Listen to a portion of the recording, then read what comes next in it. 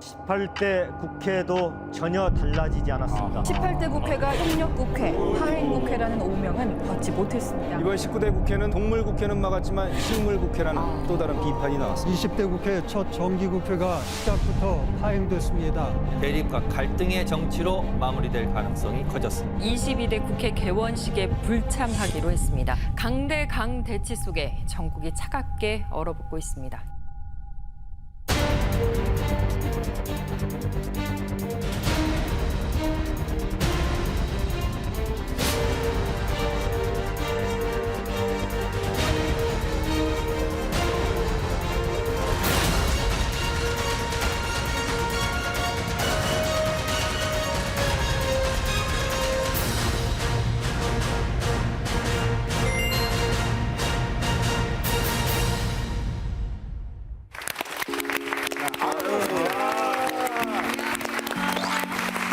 반갑습니다. 예, 안녕하세요. 저는 타협과 포용의 정치로 더 좋은 대한민국이 되길 바라는 정치학자 이재묵입니다. 반갑습니다. 반갑습니다. 네, 오늘 주제 정치입니다, 여러분. 와, 여러분 이렇게 영상으로도 잠깐 보셨지만 오늘 쌤은요 정치 양극화가 민주주의에 미치는 영향에 대해서 오랫동안 연구를 해오셨고 그 공을 인정받아서 지난해 민주주의 학술상을 수상하신 분입니다. 근데 오늘 민망. 주제가 주제여서 그런지 모르겠지만 우리 쌤도 등장하실 때 이렇게 조심조심 되는 것 같아요. 네, 이게 면도라도 좀 할 걸 그랬는데요. 지금 괜찮으시니까 예, 됐습니다. 예. 그런데 예. 쌤 우리 저기 정치 양극화가 오늘 주제라고 하는데 양극화가 이제 저같이 잘 모르는 사람들이 생각할 때 그냥 아주 둘이 그냥 무조건 싸운다 이렇게만 생각하면 되는 거겠습니까? 이제 제가 먼저 질문을 하나 드려볼게요. 요즘 우리나라 정치 상황을 보면 어떤 생각이 드시나요? 오늘 나와주신 분들께서 예. 굉장히 하실 말씀이 많을 것 같은데 예. 한 말씀 좀 들어볼까요? 예, 그러시죠. 예. 혹시 맞아. 지금 정치 상황에 대해서 우리 시민 여러분, 마이크를 드리겠습니다. 국민 여러분 어떻게 생각하는지. 그 아이들 말장난 하듯이 서로 끌어내리면서 얘기하는 그런 상황을 볼 때 보면은 정말 실망스럽다는 생각을 많이 했습니다. 실망스럽다. 네. 저는 사실 기념식에 공식 행사에 누군가는 참석하고 누군가는 불참하고 이렇게 나뉘는 건 또 처음 봤던 것 같아요. 그렇죠. 이제 보면 우리가 지금 한국이 지금도 현재도 한반도가 분단돼 있는데 최근에는 보면 우리 대한민국까지도 이렇게 양쪽으로 갈라진 것 같아가지고 많은 사람들이 안타까움을 표시하는 것 같습니다. 지금 얘기해 주신 것들이 정치 양극화로 나타난 현상이라고 보시면 됩니다.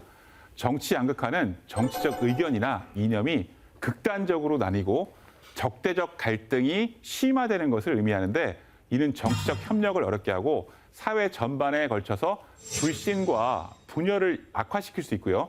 그래서 오늘 이 시간에는 우리나라에서 나타나고 있는 정치 양극화의 원인과 특징은 무엇이고 어떻게 심화되고 있는지 이로 인해서 발생되는 문제와 극복 방안에 대해서 이야기 나눠보도록 하겠습니다. 네. 쌤, 근데 제가 데뷔할 때만 해도 한 뭐 25년, 30년 전 요때쯤만 해도 무슨 여당, 야당 간에 이렇게 좀 화합도 하고 뭔가 예. 이렇게 좀 의견을 조율해서 이렇게 추진하는 그런 것들도 많이 봤는데 요즘은 예. 서로 이렇게 잘못한 것만 끄집어내고 헐뜯고 내려까고 뭐 이런 거에 좀 너무 많이 이렇게 노출돼서 그런지 실망스러운 면이 꽤 많은 것 같아요. 예, 아무래도 최근에 지금 그런 갈등이 더 고조되고 심화된 것 같습니다. 사실 정치 상대를 적으로 인식한다는 게 다르게 말한다면은 그 민주주의 사회에서 정당의 역할이 제대로 이루어지지 않다는 거거든요. 그러니까 정당이 해야 될 역할이 있어요. 교과서적으로 보면은 건강한 민주주의 사회에서는 다양한 사회계층의 의견과 요구가 이렇게 존재할 수밖에 없지 않습니까?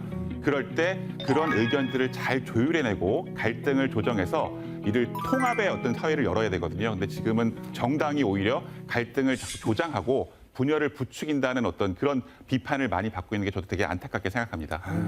그래서 지금 국회에 대해서 이런 갈등하고 되게 양극화되고 갈라져서 싸우는 것을 보면서 우리나라 국회를 가지고 별칭이 생겼어요. 뭐냐면은 몸싸움을 많이 한다. 그래서 동물국회.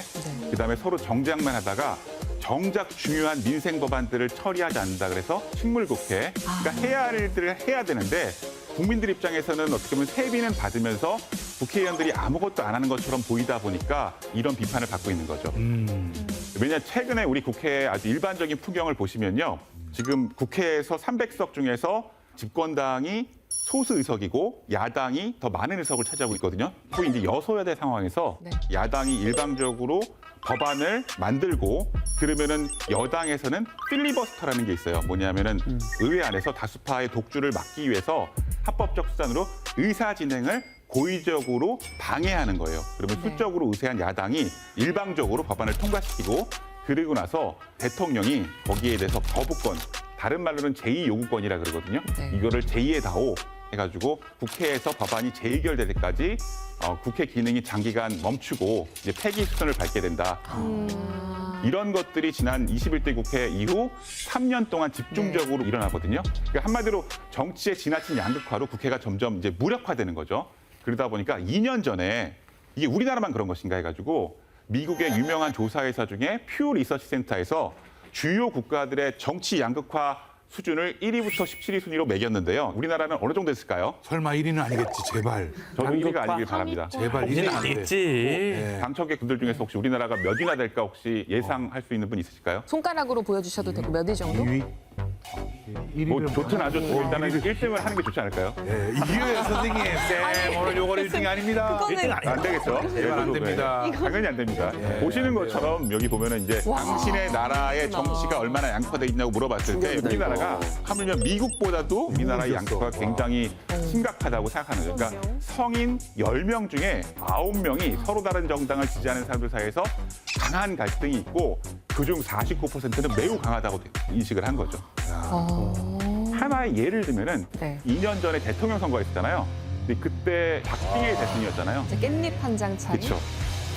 개표율 50%를 막 넘긴 새벽 0시 반쯤 두 후보 간 득표율이 동률이 되었고 이후 윤 후보가 줄곧 선두를 유지하기는 했지만 득표율 차이는 1%포인트 내로 그야말로 초박빙 승부였습니다.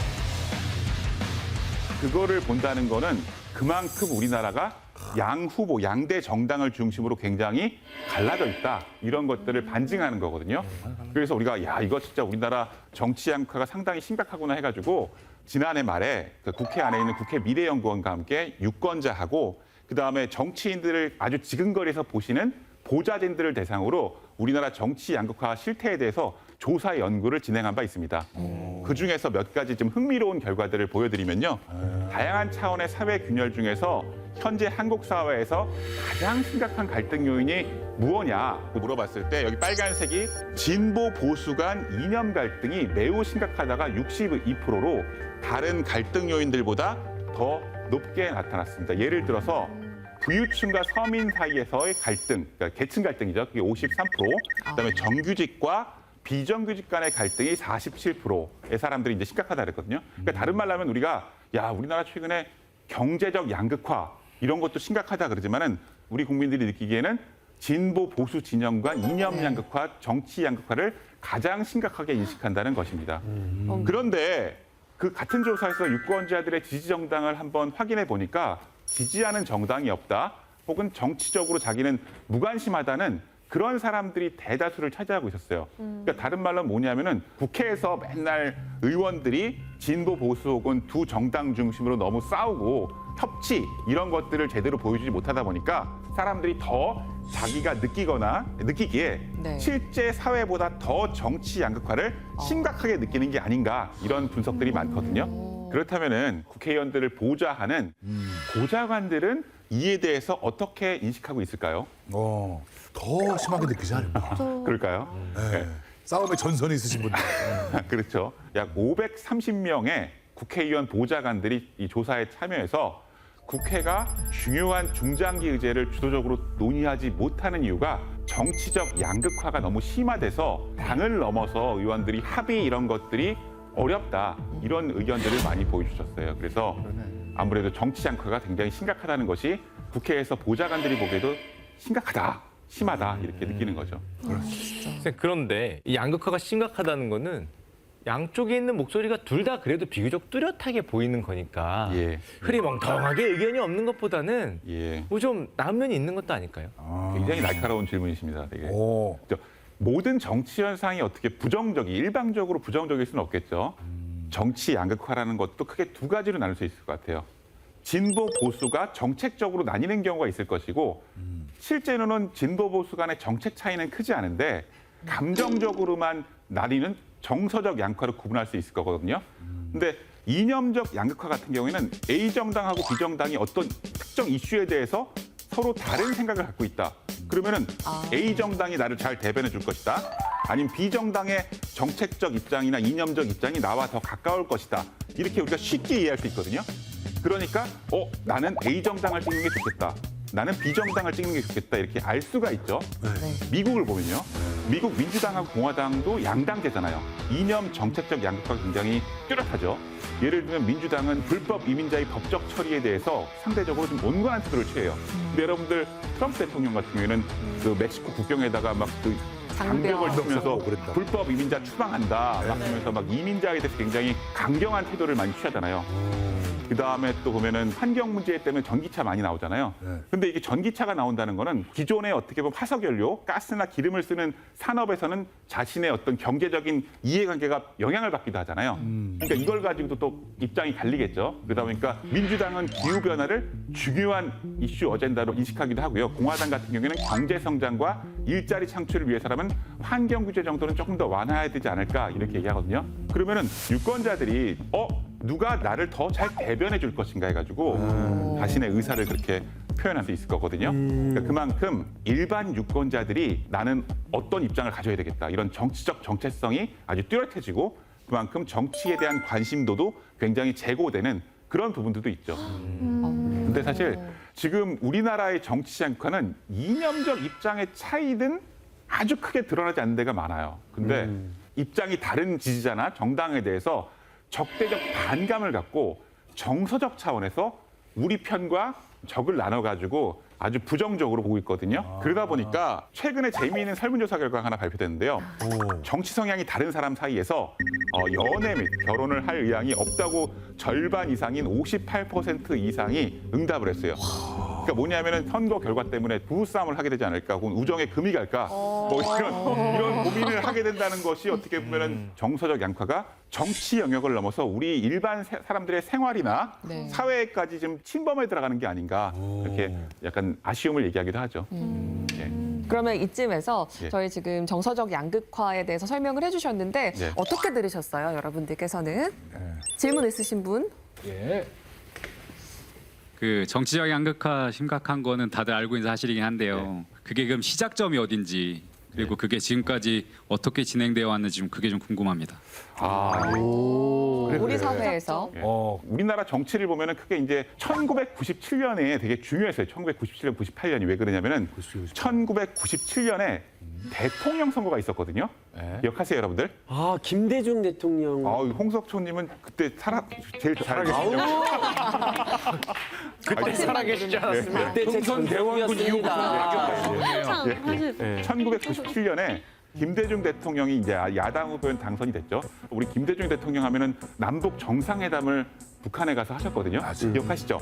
그러니까 남북 문제가 지금까지는 굉장히 우리가 되게 보수적인 남북 관계에 대한 여론이 많았는데 김대중 대통령이 햇볕 정책을 하다 보니까 갈등이 좀 이념적으로 고조될 수 있는 하나의 어떤 그 계기가 생겼다는 얘기하는 거죠. 그다음에 또 여러분들 기억하시겠지만은 IMF 경제 위기가 있었어요. IMF 경제 위기가 나오면서 구조조정이라는 게 나왔거든요. 그러면서 노동자들이 비정규직, 정규직 갈리고요. 그러다 보니까 경제적으로는 계층 갈등도 심해지고요. IMF 위기 거치면서.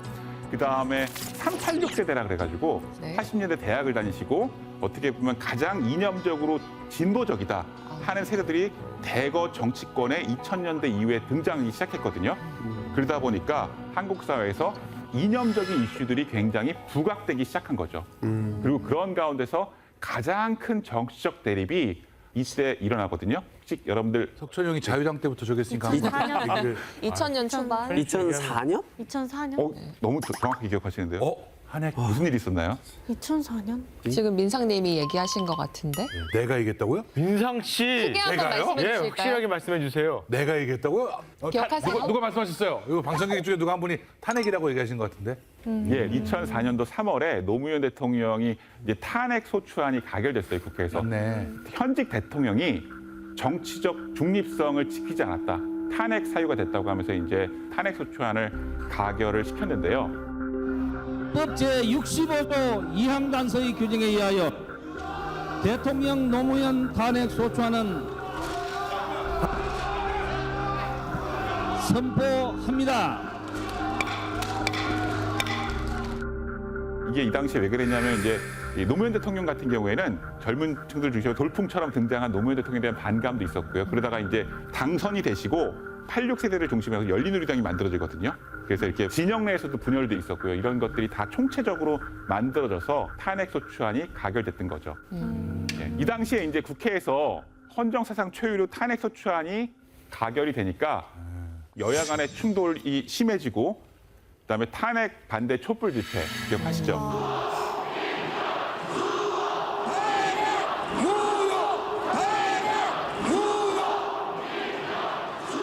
너무 크게 이렇게 쟁점화되다 보니까 이것이 어떻게 보면은 우리나라 사람들이 정치적으로 되게 진영 간의 갈등이 상당히 고조됐다 하고 느끼는 하나의 어떤 시작점, 시발점이 아닐까 저는 그렇게 생각합니다.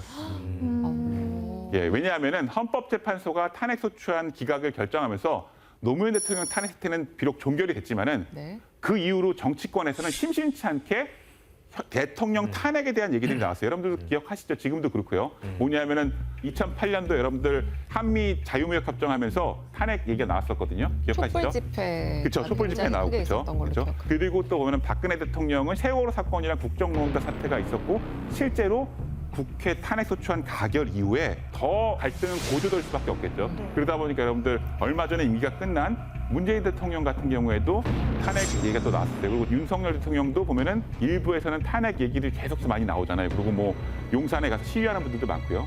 그러니까 이게 보면은 뭐 되게 정치적으로 민감한 이슈인데도 불구하고 우리 사회에서 진영이 다른 사람들이 대통령이 됐을 때 심심치 않게 탄핵 얘기가 나온다는 것은 어떻게 보면 되게 정치적으로 상당히 불안정하다는 얘기겠죠. 예. 근데 쌤 지금 말씀을 계속 들어보니까 대통령 탄핵이나 뭐 퇴진 요구 같은 게 굉장히 여러 번 있었던 일이잖아요. 예. 근데 이런 선거 결과를 두고 뭔가 이런 논란들이 계속 생기는 이유가 뭘까요? 정치 문화적인 요인도 있을 거예요. 뭐 선거제도적인 요인도 있을 거고요. 제가 오늘 말씀드릴 거는 정치 제도에 대해서 말씀드리고 싶은데요. 아까 여러분들 아까 그 PPT 기억하세요? 어떤 나라가 주로 양극화가 심각하다고 우리 국민들이 다 각각 인식하고 있었는지 기억하세요? 한국, 미국. 일본은 덜한데, 호주는 덜한데, 스웨덴은 덜한데, 근데 왜 한국하고 미국은 양극화가 심하다고 시각할까 하는데 가장 대표적인 이유 중에 하나는 위에 두 국가는 대통령제 국가고 아래 국가들은 의원내각제 국가들이죠. 그중에서 이제 의원내각제 같은 경우에는 보시는 것처럼 선거를 통해서 입법부를 뽑고요. 거기서 총리랑 그다음에 내각을 선출하거든요. 대통령제는 국민들이 각각 선거를 하죠. 그러다 보니까 대통령제를 얘기하는 가장 대표적인 특징이 여러분들 옛날에 아바의 노래 중에 위너 테이크스 올이라는 거 아세요? 네. 승자 독식. 그러니까 뭐냐면은 이긴 자는 다 가져가고 패자는 다 잃는다. 근데 보면은 의원내각제 같은 경우에는 혹시 우리가 대통령 선거에서 패배했을지라도 의원들이 난 국회에서 뭔가 할 수 있다. 국회를 통해서 뭔가 할 수 있다. 난 다 잃진 않았다. 이렇게 생각하거든요. 근데 대통령제 같은 경우에는 대통령 선거에서 그 승리한 후보와 정당이 패배한 정당과 야당의 정치인들을 국정 운영이나 주요한 정책 결정 과정 이런 데서 빈번하게 소외시키거나 배제시키고 그러다 보니까 패자들이나 야당에 있는 사람들이 느끼는 어떤 그 패배 의식이 상당히 클 수밖에 없겠죠. 특히 우리나라 같은 경우에는 대통령이 입법권, 예산권, 인사권 이런 것들을 순수 대통령제인 미국보다도 훨씬 더 많이 갖고 있어요. 그러니까 대통령의 헌법적 권한이 상당히 강하다 보니까 정당들이 내가 여기서 대통령께서 이겨야지. 아무리 국회의원 선거 뭐 몇십 석 더 가져와도 대통령 선거에서 패배하면은 다 잃는다. 이런 생각을 하게 된다는 얘기하는 거죠. 예. 아니 쌤 그래도 여야가 대립을 하더라도 일만 잘하면 저희가 뭐 이해할 수 있는데 요즘 뉴스를 보면은 이 민생 법안은 처리를 안 하고 서로 정쟁만 한다 이런 뉴스들이 계속 나오거든요. 일을 안 하는 이유에 이걸 또 극복할 방법은 좀 뭐가 있을까요? 예전에도 우리나라 정치가 좀 문제가 많았다 그렇지만은 그래도 지금보다는 여야가 대화를 하고 좀 물밑에서 협상을 하고 그러긴 했던 것 같아요. 그러니까 예를 들면은 과거 여소야대 상황에서 협치를 이끌어낸 적이 있어요. 이 사진을 보시면요. 1988년 5월 노태우 전 대통령이 당시 거대 야당을 이끌었던 DJ 김대중 대통령이죠. 나중에 YS 김영삼, JP를 만나서 회담하는 모습이거든요. 우리 1988년으로 좀 돌아가 보면은 민주화 이후에 첫 총선이 있었어요. 국회의원 선거가. 총선에서 노 전 대통령이 집권당이었던 민주정의당이 낮은 지지로 299석 중에서 125석밖에 차지를 못했어요. 야당이 많은 의석을 가져간 거죠. 여소야대가 된 겁니다. 그러니까 어렵죠. 이렇게 되면 정치를 하기가. 그래서 노 전 대통령이 거대 야3당의 총재를 수시로 저렇게 청와대로 모셔가지고 협의를 했어요. 그래서 남북 기본합의서를 이끌어냈고요. 그래도 이때만 해도 정당이 그냥 뭐 제 역할을 하긴 했네요. 그러다가 3당이 이렇게 합당도 하게 된 거예요? 그렇죠. 예. 지금은 이제 3당 합당 같은 경우에는 인위적인 정당 체제 개편이다, 아니면은 뭐 민의를 좀 왜곡했다 해서 당시에도 굉장히 부정적인 얘기를 들었었거든요. 그럼에도 불구하고 그 당시에는 그래도 여야 정치인들이 뭐 지금 보셨지만 노태우 대통령하고 삼김이 함께 만나서 물밑에서 비공식적인 협상을 한다거나 아니면 비공식적인 채널이 좀 있었다. 근데 지금은 그런 것들이 잘 작동하지 않는 것 같다. 이런 얘기들이 많습니다. 그리고 또 이제 보면은 그 본보기가 될 만한 좋은 연합 정치를 보여준 사례도 있거든요. 혹시 여러분들 기억하실까요? 혹시 기억나는 거 있으신가요? 그때 말고 연합한 적 있었나? 아까 여기 나왔던 김대중 대통령이 연합을 한 거구나. 그렇죠. 예. 네. DJ-JP 해가지고 DJP 연합이었죠. 김대중 총재와 김종필 총재가 상호 불신의 벽을 걷어내고 어제 단일화 합의문에 서명했습니다. 신민주공화당을 김종필 총재님께서 이끌 때 그때의 그 차이가 상당히 있었습니다. 그러나 그거로 많이 서로 접근이 됐어요. 믿지 못하면 이런 일 못합니다. 그 진보 보수가 함께 DJP 연합을 만들어서 1997년 대통령 선거에서 김대중 대통령이 당선이 되셨고 최초의 정권 교체를 이뤄냈죠. 국민의 김대중 당선자의 승리는 무엇보다도 헌정사상 처음으로 50년 만에 선거를 통해서 여야 간 정권 교체를 이뤘다는 데 의미를 찾을 수 있습니다. 그리고 나서 초대 국무총리를 김종필 씨를 임명하고 그 당시에 이제 김종필 씨는 보수 정당이었던 자유민주연합, 자민련이라고 혹시 가끔 나오죠, 신문에. 네. 자민련의 대표셨고요. 이분한테 경제 강요를 포함해서 주요한 내각의 자리를 또 임명권을 양보하시기도 했죠. 그 당시에 여러분들 IMF 위기 있었잖아요. IMF 위기를 어떻게 보면 잘 넘어서는 데 있어서 두 분의 연합이 굉장히 중요한 역할을 했다. 이런 얘기들이 있었죠. 근데 이제 그러다가 JP 같은 경우에는 내각제 개헌을 원했는데 그것이 집권 3년 차에도 잘 이루어지지 않으니까 그것이 이제 연합이 이제 무산되게 됐던 거죠. 예. 저 때만 해도 어떤 인물이 확실한 인물들이 좀 있지 않습니까? 우리가 소위 말하는 어떤 정치 거두들 그런 분들이 이렇게 힘을 갖고 쭉쭉 이렇게 밀고 가는 그런 느낌이 있는데 상대적으로 봤을 때 뭐 예전처럼 DJ 그다음에 뭐 JP 이런 식으로 그런 이름 YS. 이니셜을 이렇게 하는 경우도 요즘에는 없잖아요. 없잖아요. 네. 그런 걸 보면 그러네. 과거만큼은 아니지 SC밖에 않나. 없잖아요, 지금 SC. 석천.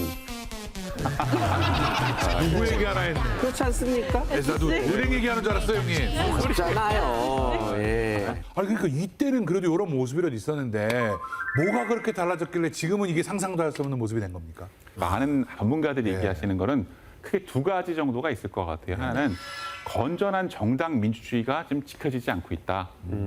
나만 옳고 상대는 그리고 그르다, 틀리다. 이런 비관용적인 문화 이런 거 아닐까 해요. 다른 하나는 그 대통령에 대한 정당이나 여당의 자율성, 독립성이 좀 낮아진 게 아닌가. 예. 우리나라는 총선과 대선이 각각 있어요. 그죠? 그 이유가 뭐냐면 국민들이 주권을 나눠서 위임한다는 거거든요. 그래서 나눠서 위임할 테니 너희들 서로 견제해달라는 요구입니다. 근데 어느 순간부터 정당과 행정부, 즉 대통령이 수평적 관계가 아니라 수직적 관계, 그러니까 일방적 관계죠.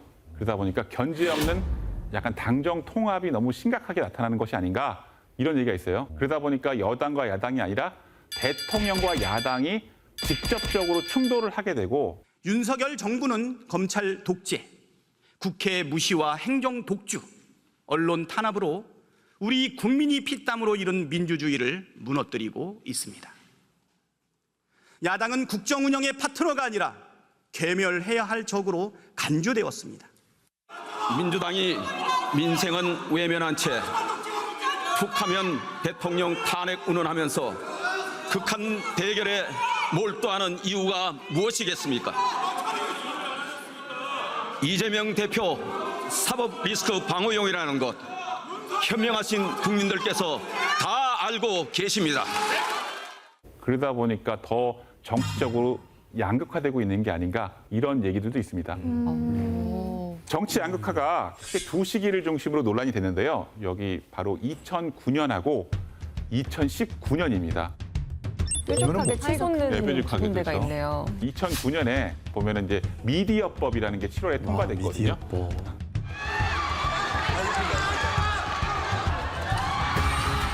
이 당시를 용어로 표현한다면 이제 동물국회의 하나의 어떤 예가 될 수 있겠죠. 그렇죠? 그다음에 2019년은 공직선거법 개정안이 통과됐을 당시의 모습이거든요. 동시에 공수처법이 개정을 하는데 여야 간에 약간의 물리적인 충돌이 있어서 이 당시에 전체 국회의원 가운데 3분의 1이 넘는 109명이 고발이 됐어요. 맞아요. 그래서 국회가 80일 이상 열리지 못했습니다.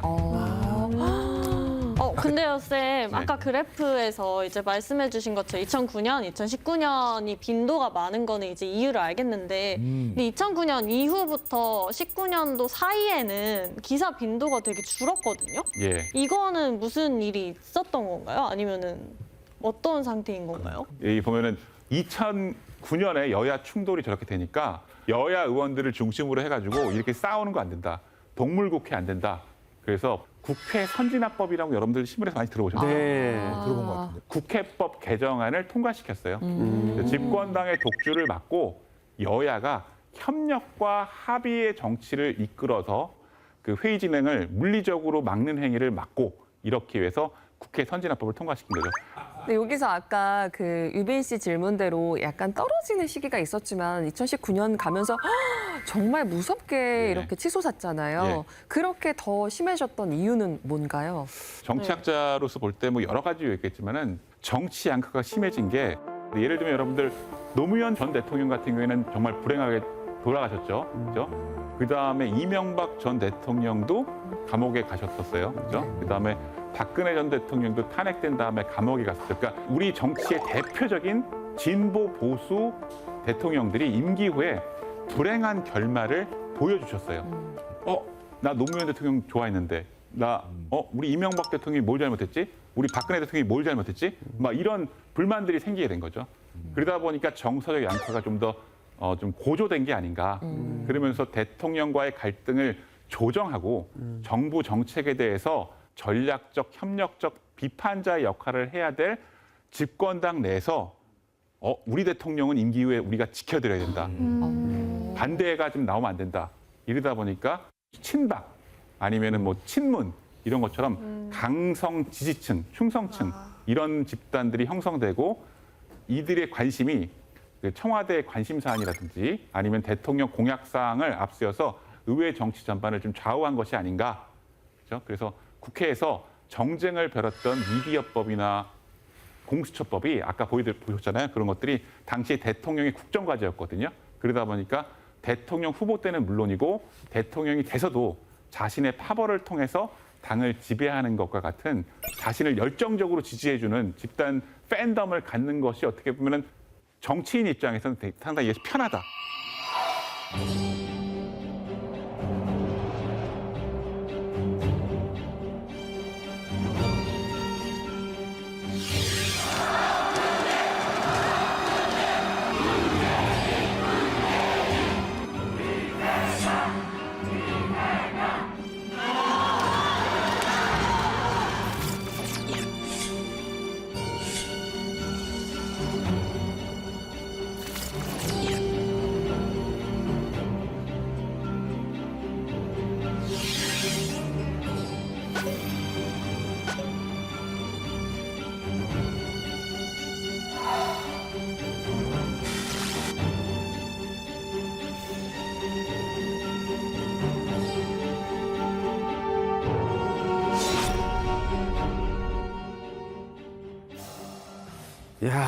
진짜 사람들이 무섭습니다. 어느 한쪽에라도 조금이라도 뭐가 아무 생각 없이 이렇게 했다가 실수라도 하는 순간이면 저 사람 저쪽 편이네. 그날로 그냥 거의 이제 뭐 기타 SNS 활동 및 이런 맞아요. 데에 엄청난 공격이 들어. 지금 안 하시는 걸로 알고 있고 그래서 여러 가지 이유로. 지금요? 네, SNS 안 하시는 거 같고. 지금 어떻게 제가 바보로 살아야 됩니다. 정치 얘기가 나오면 정치요? 몰라요. 이렇게 그냥 조정치 뭐 이렇게 그냥 가야 되고. 맞습니다. 상대당 의원들은 나빠. 상대당 지지자들은 아주 나빠. 이렇게 해가지고 선과 악을 마치 나누는 것처럼 해가지고 상대를 진압하라는 팬덤 정치 문화가 나타나는 것은 우리가 한번 더 고민해봐야 될 문제가 될 것 같습니다. 그러다 보니까 문제는 민생을 외면하고 서로 정쟁만 하고 편을 가르다 보니까 이제 우리나라 정치가 문제가 된다는 얘기하는 거죠. 실제로 약 530명의 아까 국회의원 보좌진들에게 정치 양극화를 심화시키는 아주 중대한 요인이 뭐냐고 질문을 했더니 약 40%가 거기 안에 있지만은 팬덤 정치의 확산이라고 답했어요. 그게 근데 미국에서도 지금 굉장히 그런 정서적 양극화, 그런 예. 팬덤 정치의 모습을 저희가 좀 목격을 하고 있는 것 같아요. 예. 이게 좀 공교롭게 한 사람에 대한 얘기인 것 같은데 의사당 의회 그때 국회의장. 난입 사태, 사건. 피습 사건도 있었고 의회 불법 난입 사태도 있었고 총격으로 지금 뭐 그렇죠. 정말 피습을 당하기도 하고 예, 아슬아슬했죠. 네, 아주. 그런 예. 것들도 다 팬덤에서 다 나온 예. 거 아닌가요? 사실 보면 2016년에 트럼프 대통령이 당선되면서 정서적 양극화가 미국 사회에서 굉장히 심화됐다 이런 분석들이 많거든요. 이 두 장면을 보시면 지금 미국 사회 정치 양극화 현상들을 집약해서 보여주는 장면이 아닐까 하는데요. 먼저 첫 번째 장면을 보시면은 미국 대선에서 이제 트럼프 현직 대통령이 바이든 민주당 후보에게 패배했죠. 그 당시 대통령을 열렬히 지지하는 팬덤을 중심으로 해가지고 선거 결과에 승복하지 못하겠다. 이게 굉장히 심각한 이슈가 됐죠. 그리고 오른쪽 사진 같은 경우 보면은 지난 7월에 트럼프 전 대통령이 대선 유세 도중에 총격을 당한 직후의 모습으로 상대에게 나하고 생각이 다르거나 내가 싫은 정치인에 대해서 이렇게 보면 테러를 가하는 이런 모습을 볼 수 있는 거죠. 그래서 이러한 현상들이 어떻게 보면은 정치 양극화뿐만 아니라 우리가 살아가는 사회의 민주주의의 퇴행의 하나의 중요한 어떤 그 현상, 지표 이런 것들이 아니라 할 수 있겠죠. 예. 근데 그 미국뿐만이 아니라 우리나라도 예전에 박근혜 전 대통령도 피습당했고 이재명 대표도 피습당하고 그런 일들이 좀 비일비재하지 않습니까? 아슬아슬했죠. 여기 다 이렇게 뭐 얼굴을 다 공격당하시고 여기가 다 위험했는데요. 그렇죠. 그런 일들은 다시 뭐 어떤 진영을 또 다시 우리나라에서 벌어지면 안 되는 일인데요. 사실 본격적으로 우리가 지금 팬덤 정치 얘기를 좀 많이 한 거는 아무래도 2016년 총선 이후가 아니었는가 이렇게 얘기하거든요. 근데 그때 박근혜 전 대통령이 집권당의 공천은 물론 당 지도부까지 이제 장악하고 통제하려 했고 강성 지지자 집단들을 가졌죠. 그리고 나서 국회 개혁하고 직접 민주주의를 앞세워서 한 경제단체가 주도한 민생구하기 입법 촉구 1000만 서명 운동에 참여해서 여론을 동원하려는 움직임도 당시에 있었었고요. 민주당도 온라인 입당을 권장해서 이른바 문파가 중심이 됐어요. 새정치민주연합이 온라인으로 당원 가입을 가능하게 하는 시스템을 구축하기로 했습니다. 그리고 나서 10만 명 가까운 온라인 당원을 모집하면서 팬덤을 만들었거든요. 그 팬덤으로 당시 문재인 당대표는 총선 승리로 이끌었고요. 유력한 대권 후보로 떠올라서 2017년 대선에서 승리하게 되죠. 그러면서 팬덤, 즉 지지층들은 노무현 전 대통령과 같은 비극을 맞고 문재인 대통령을 지켜야 한다는 생각에 비판 세력에 대해서는 적대적으로 반박하거나 공격하는 아까 저희가 계속 얘기했던 얘기들이죠. 팬덤 정치의 모습을 보이게 됐습니다. 근데요, 이렇게 보면 뭐 팬덤 문화 뭐 이런 거 한다 그러면 이제 주로 당원들이라 가지고 이렇게 또 적극적인 분들 있잖아요. 네. 이거 보면은 뭐 돈 내면 가입된다 그런 것 같기도 하고 이거 뭐 아무나 그냥 다 가입되는 건가요? 당원이 되는 가입 절차가 생각보다 되게 간소해요. 그래서 예를 들면은 월 1000만 원입니까? 쌤, 안 간소한데요? 쌤 어디에다가 월 1000만 원을 아니요. 그게 아니고요. 라이브로 나갑니다 오늘. 예, 월 1000원에 단돈 1000원. 1000원? 예, 단돈 1000원에 당비를 내면은 더불어민주당은 6개월을 가려면은 그다음에 국민의힘 같은 경우는 3개월만 내면은 각각 권리당원, 책임당원의 자격이 부여되거든요. 여기서 질문 하나 드리겠습니다. 혹시 우리나라 국민 중에 당원이 얼마나 될까요? 이렇게 쉬운데 가입하기가? 당원 숫자. 당원이라는 사람 당원이 들어본 적이 아닌데? 잠깐만. 우리 여기 중에 혹시 100만 단위로 어느 쪽인지 가더라고. 말 안 해도 돼. 난 다도 당원에 가입했다. 계신가요? 한 분, 두 분. 그러니까요. 네. 이런 퍼센테이지로 여기서 보면 되겠네. 퍼센트로 하면 근데 그러면 100만 명. 2명이니까. 어느 당에 우리 민주당 하나 해야 되겠어. 민주당이라고 우리 하나. 민동당.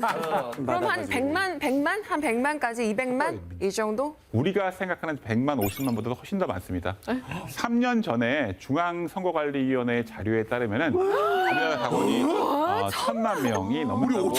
저기 손 안 드신 분들. 중에 한 명? 저건 말도 안 돼. 아니, 했으면서 에이 왜 그래요? 이거 절반씩 오신 거 아니에요, 허수 오늘? 아닙니까 허수? 보시는 것처럼 우리나라의 1,000만 당원은 어떻게 만들어진 걸까요? 그냥 1,000원 끝. 1,000원 끝. 보고서에는 약 80%가 자신이 당원인지조차 모르는 유령 당원. 나머지는 공직 투보자들의 가족, 그다음에 지인, 그다음에 강제로 동원된 당원들도 있고요. 대통령 후보 등 특정 리더를 위해서 당을 지배하려는 팬덤, 당원들 이런 사람들이 있다고 얘기를 했습니다. 그러면은 실제 쌤 지금 뭐 당원 수 1,000만 그리고 아까 뭐 팬덤 정치 또 영상에서는 또 이들이 뭐 어떤 국회나 뭐 정당에 영향력을 끼친다 그러는데 현실적으로 그러면 이 영향력이 얼마나 되는지 그거 좀 궁금하거든요. 예를 들면은 유빈님이 우리 팬들한테 A 1번 찍어요, 2번 1번 하는데요. 네? 유빈이를 보내려고 선생님. A당, B당 찍어요 하면은 팬들이 말을 들을까요, 안 들을까요? 안 듣죠? 안 들어요?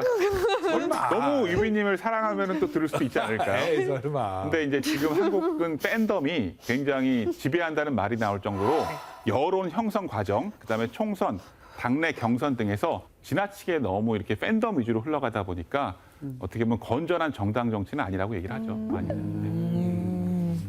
팬덤이 특정 정치인의 지지 표명에 그치는 것이 아니라 정당 내에 있는 다른 후보를 지지한다거나 다른 목소리를 내는 사람들에 대해서 적대시하고 그 사람들이 같은 정당에 있지만 우리와 다르다 하면서 약간 좌표를 찍고 공격하고 그다음에 자신들의 의견만이 옳다. 이렇게 해서 우리 것이 민심을 제대로 반영하고 있다. 이렇게 해가지고 당의 의사결정에 일방적이고 큰 목소리를 내고 있죠. 지난 7월에 그 국민의힘 그 당대표 선거가 있었는데요. 당시에 한동훈 대표가 연설하는 도중에 후보들 지지자들 간에서 몸싸움이 있었어요.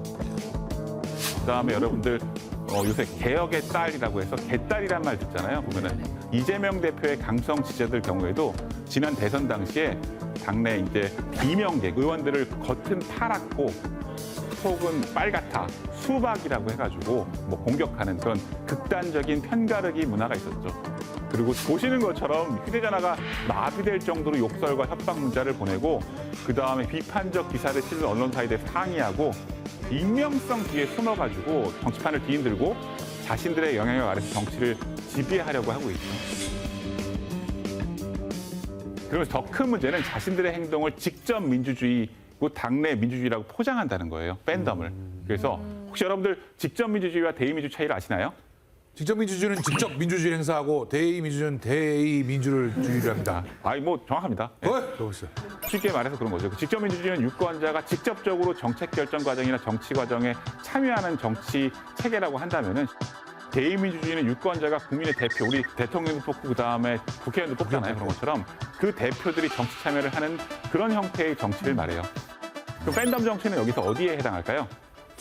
직접. 대의? 그죠? 대의야?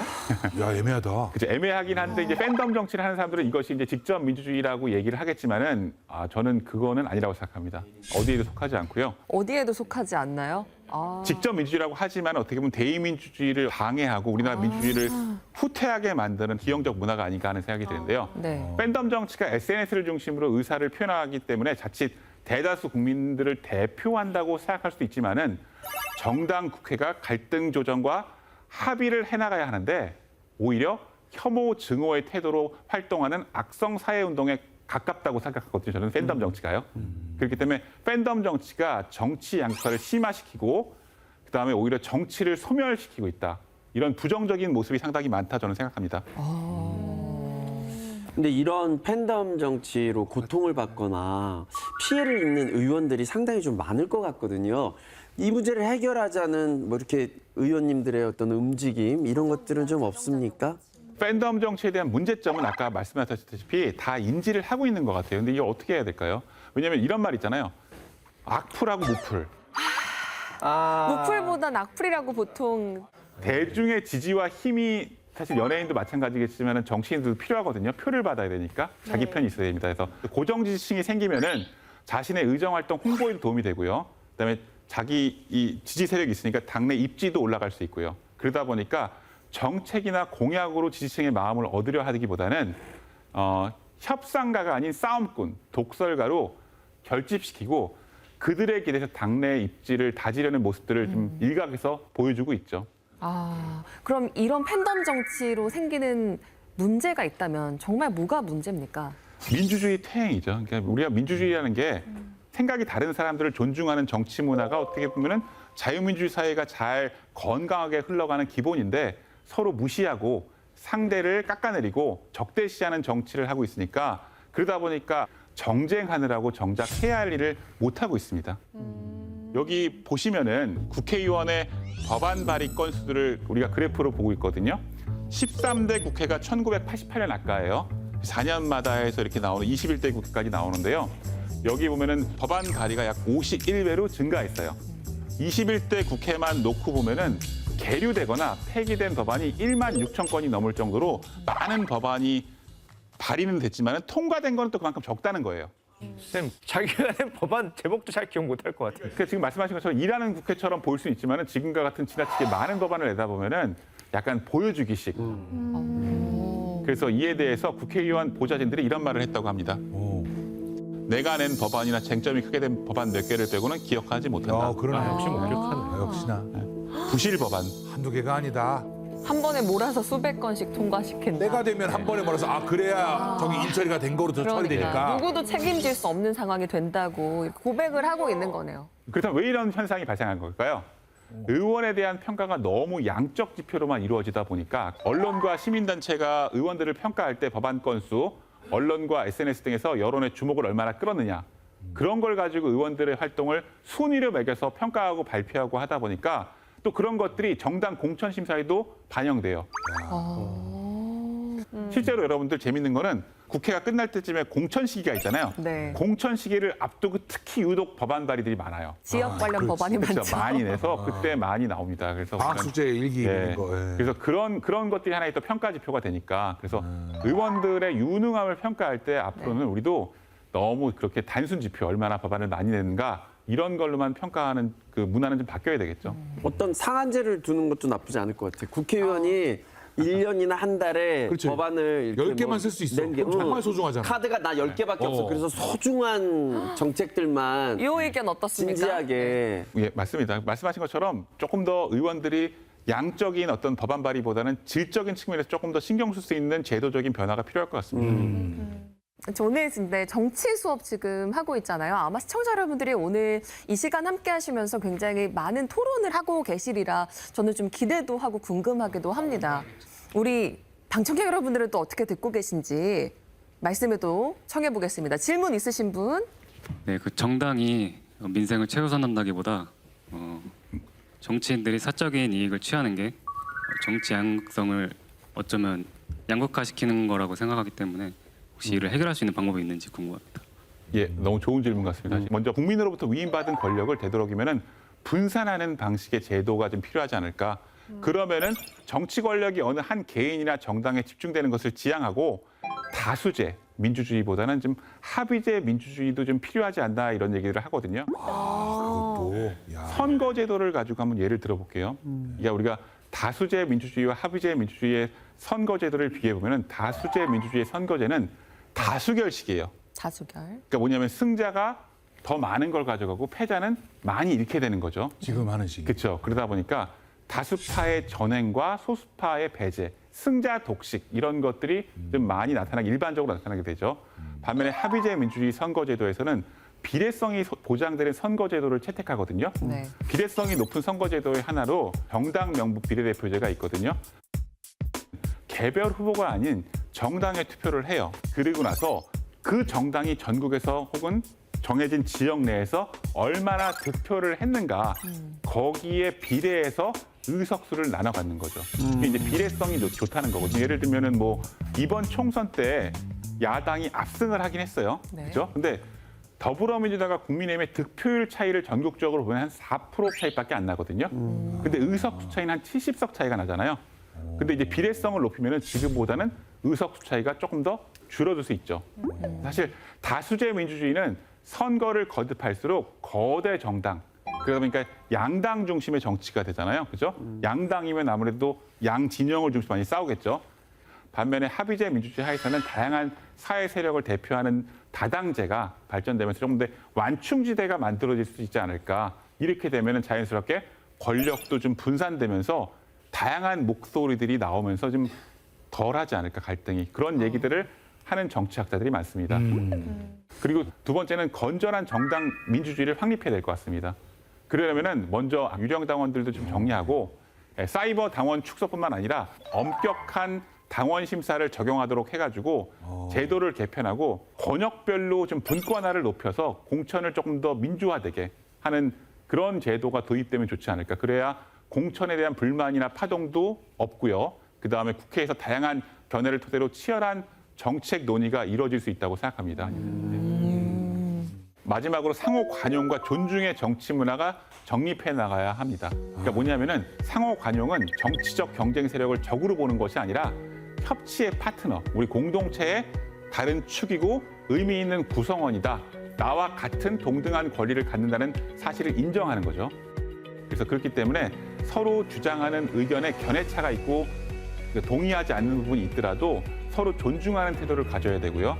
그래서 그 일환으로 정치인의 언어 윤리 규범을 정립하는 것도 좀 필요하지 않을까 생각합니다. 오늘 쌤 얘기를 들으면서 생각되는 게 저뿐만이 아니라 우리 국민들도 정치하는 분들 이렇게 보면서 그들이 가진 역량이라든가 어떤 정치인으로서의 품격 이런 것들을 좀 판단하고 선별할 수 있는 그런 지혜로운 눈을 가졌으면 좋겠다. 그게 이제 한국 정치의 발전에 어떤 큰 밑거름이 되겠다라는 생각을 좀 해봅니다. 너무 좋은 생각 같습니다. 오늘 패널 분들하고 제가 보기엔 이 방청객 분들은 다 그런 분들이 아닐까 하는데요.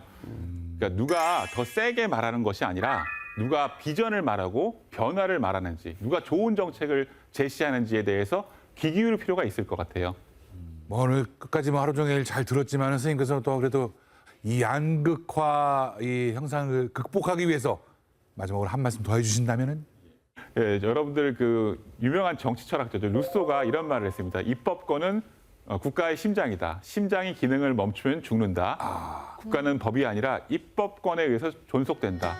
그 정당과 국회는 시민의 대표이자 입법하는 기관인 만큼 정치를 파괴하는 것들과 과감하게 싸우고 무엇보다 정치의 역할, 당의 역할을 중심에 세우고 여론에 인기 있는 의제가 아니라 중요한 민생 의제를 챙기고요.